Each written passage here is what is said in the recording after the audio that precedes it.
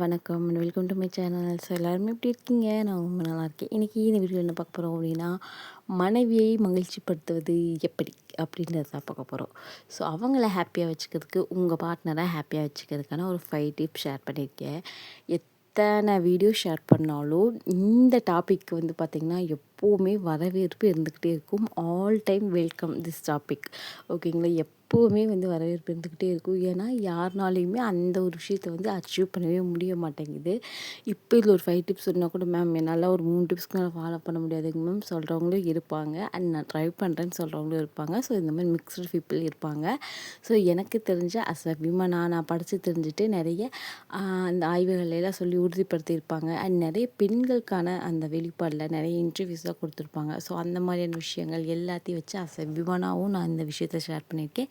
கண்டிப்பாக இந்த வீடியோ உங்களுக்கு ரொம்ப ரொம்ப யூஸ்ஃபுல்லாக இருக்கும். அண்ட் மறக்காமல் டிஸ்க்ளைமர் ரீட் பண்ணிட்டு வீடியோவை பார்க்க ஸ்டார்ட் பண்ணுங்கள். ஸோ கண்டிப்பாக ரொம்ப யூஸ்ஃபுல்லாக இருக்கும். ஃபஸ்ட்டு விஷயம் என்ன அப்படின்னா, உங்கள் பார்ட்னருக்கும் உங்களுக்கும் ஒரு ஃபைட் வந்துருச்சு. ஓகேவா? வாட் எவர் இட் இஸ், உங்கள் பர்சனலோ ஏதோ ஒரு சண்டை வந்துருச்சு வச்சுக்கோங்களேன்.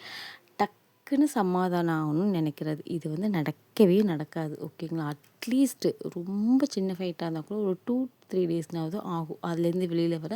எஸ்பெஷலி ஃபார் விமனுக்கு. ஓகேங்களா? அதெல்லாம் புரிஞ்சுக்கோங்க. ஏன்னா நிறைய ஆண்கள் பண்ணக்கூடிய தப்பு இதுதான். என்னென்னா, இப்போ ஃபார் எக்ஸாம்பிள் ஒரு சண்டை வந்துருச்சு அப்படின்னா, இப்போ நீங்கள் காலையில் ஆஃபீஸ் போயிட்டு ஈவினிங் வரும்போது அதை பற்றி மறந்துடுவீங்க. ஏன்னா அங்கே போய் ஒர்க்கு இல்லை வந்துட்டு வேறு எதுவும் அப்படின்ட்டு நீங்கள் போயிடுவீங்க. பட் அதே இதில் ஒர்க் பண்ணுற உமனோ இருந்தால் கூட ஆஃபீஸில் போய் கூட இப்படி சொல்லிட்டாங்க, ஒருவேளை இதுதான் இப்படி தான் இருக்குமோ, இந்த மாதிரி வருஷத்தில் யூஸ் பண்ணதே கிடையாது, ஒருவேளை இப்படி இருக்குமோ அப்படின்ற மாதிரியான ஒரு மனசுக்குள்ளே வந்து அது ஓடிக்கிட்டே இருக்கும். ஃப்ளோவில் சொன்ன வார்த்தை இல்லை வந்து தெரியாமல் கூட உங்கள் வாயிலேருந்து வந்திருக்கலாம். இல்லை எங்கேயோ இருக்கிற டென்ஷனை சண்டை வரும்போது நீங்கள் இங்கே வந்து காமிச்சிருக்கலாம். இது எல்லாத்தையும் போட்டு குழப்பிக்குவாங்க. ஸோ அது வந்து கொஞ்சம் ரிலீஸ் ஆகிறதுக்கு வந்து ஒரு 2 to 3 டேஸ் தான் மினிமம் நான் சொல்கிறேன். ஸோ அது வரைக்கும் ஒரு சண்டை வந்துச்சு அப்படின்னா டைம் கொடுங்க. அவசரப்படுத்தாதீங்க. சீக்கிரமாக வந்து பார்த்திங்க அப்படின்னா அவங்க வந்துட்டு சமாதானம் ஆகணும்னு சொல்லிட்டு. அண்ட் 2வது பாயிண்ட்டு, நல்ல தயவுசெய்து நல்ல ட்ரெஸ்ஸை வாங்கி கொடுங்க. நல்லா புரிஞ்சுக்கோங்க. நம்ம உனக்கு 2000 ஜிபே பண்ணுறேன், நீ போய் ஒரு பக்கத்தில் ஏதோ ஆஃபர் போட்டிருக்காங்க, நம்ம போய் நீ வாங்கிக்கோ அப்படின்னு மட்டும் தயவுசெய்து சொல்லாதீங்க. கண்டிப்பாக ஒரு சின்ன சின்ன சின்ன விஷயத்தையும் நீங்கள் பண்ணுங்க. கூட வாங்க, கூட போங்க. அப்படி இல்லைன்னா ஒரு ஹாஃப் டேவோ இல்லை வந்து ஒரு 2 ஹவர்ஸ் பர்மிஷன் கேட்டோ சும்மா ஒரு ஷாப்பிங் போகலாம். அது வந்து ரொம்ப ரொம்ப ஹாப்பியாக இருக்கும். அங்கே நீங்கள் ஒரு 500க்கு ஒரு குர்த்தி வாங்கி கொடுத்தீங்கன்னா கூட மனசு வந்து ரொம்ப ஹாப்பியாகிடும். ஸோ 3வது பாயிண்ட் வந்து பார்த்திங்கன்னா, கணக்கு கேட்காதீங்க. தயவு செய்து கணக்கு கேட்காதீங்க.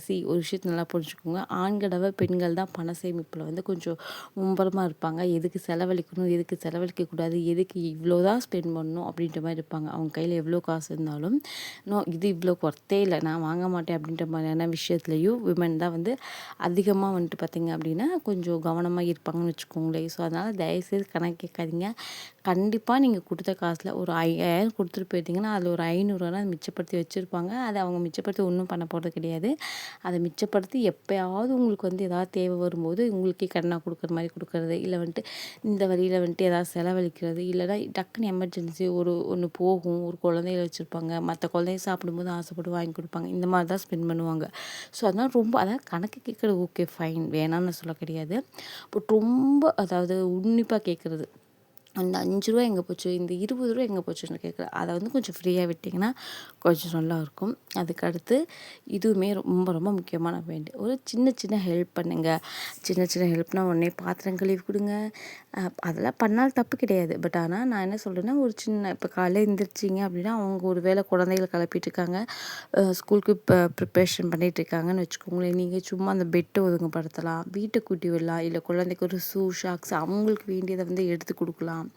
இந்த மாதிரி குட்டி குட்டி ஹெல்ப் பண்ணிங்கன்னா அதெல்லாம் ரொம்ப ரிலாக்ஸாக இருக்கும். நீங்கள் பண்ணுற ஹெல்ப்பு குழந்தைய பார்த்துக்கிறதோ இல்லை இந்த மாதிரி பண்ணாலும், ஆனால் அது அவங்க மனசில் எப்படி ரிலேட் ஆகும் தெரியுங்களா? நமக்காக இதை பண்ணுறாரு அப்படின்ற மாதிரி ரிலேட் ஆகும். ஸோ தட் உங்களுக்கு அவங்களுக்கு உங்கள் மேலே ஒரு விதமான எப்படி சொல்கிறது, மரியாதை கலந்த ஒரு அன்பு இன்னுமே அதிகரிக்கும். சரிங்களா? அது வந்து அ பேரண்ட்ஸாக ரெஸ்பான்சிபிலிட்டி அப்படின்றது 2 பேர்த்தோட கடமையும் தான். பட் நான் சொல்கிறேன் 2 பேரும் ஈக்குவலாக ஷேர் பண்ணி பண்ணுறீங்கனாலும் super fine, very very very very good.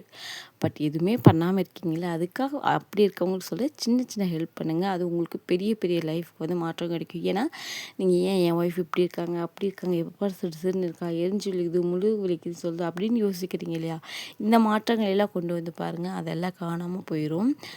அதுக்கு அடுத்த பாயிண்ட் வந்து பார்த்திங்கன்னா, விட்டு கொடுக்காதீங்க. ஐயோ, எல்லா ஜென்ஸ்ட்டையும் ரொம்ப ரெக்வெஸ்ட்டாக கேட்குறேன், தயவு செய்து யார் முன்னாடியும் உங்களுடைய மனைவியை விட்டு கொடுக்காதீங்கப்பா ப்ளீஸ். ஓகேவா, எவ்வளோ ப்ளீஸ் சொல்கிறதுனே தெரில, சரிங்களா?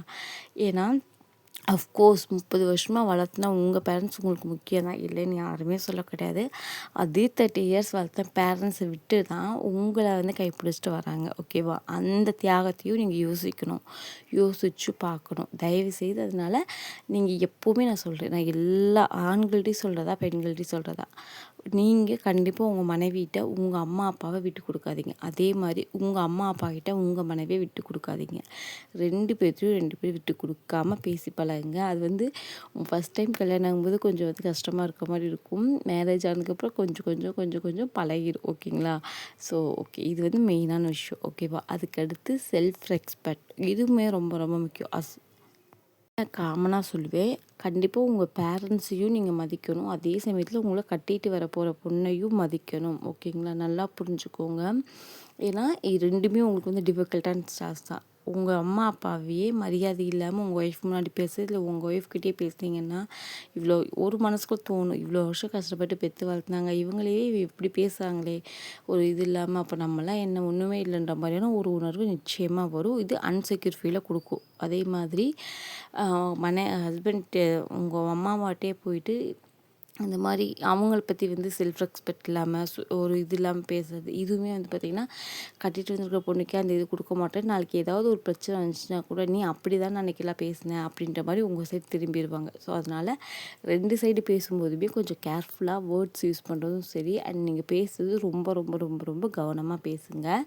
ஸோ இது ரொம்ப ரொம்ப முக்கியம். ஸோ 2 பேர்த்தையும் நான் எப்போவுமே சொல்கிறதா, அது விமனாக இருந்தாலும் சரி மென்னாக இருந்தாலும் சரி, பேரண்ட்ஸை யாருக்காகவும் விட்டு கொடுக்காதீங்க. அதே மாதிரி உங்கள் துணையையும் யாருக்காகவும் விட்டு கொடுக்காதீங்க. 2 பேருமே நம்மளோட லைஃப்க்கு ரொம்ப ரொம்ப பில்லர்ஸ் மாதிரி. அதுக்கடுத்து வரவங்க நம்ம பசங்க, சரிங்களா?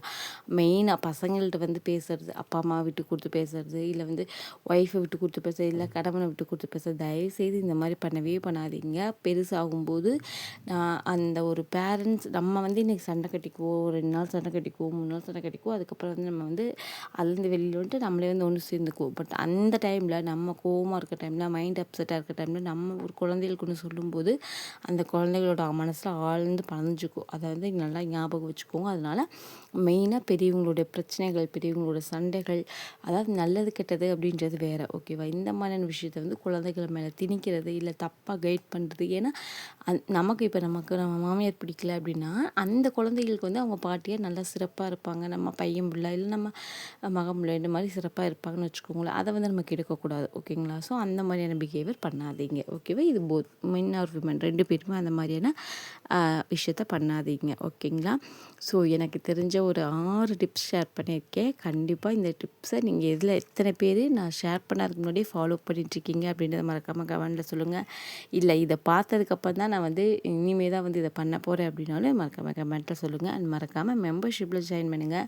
ஸோ எந்த அளவுக்கு சீக்கிரமாக மெம்பர்ஷிப்பில் ஜாயின் பண்ணுறீங்களோ அந்தளவுக்கு அதுலேயுமே இன்ட்ரெஸ்டிங்கான டாபிக்ஸ் கொடுப்பேன். இன்னும் நான் வந்து ஒரு டார்கெட் வச்சுருக்கேன், 100 மெம்பர்ஸ் சேரணும்னு. இன்னும் அந்த மெம்பர்ஸ் ஜாயின் பண்ணல, அதனால தான் அதுலேயுமே ஒரு நாள் விட்டு ஒரு நாள் வீடியோ போட்டுட்ருக்கேன். அண்ட் இன்னொரு இன்ட்ரெஸ்டிங்கான டாப்பிக்கில் பேசலாம். Tata, bye, see you, take care.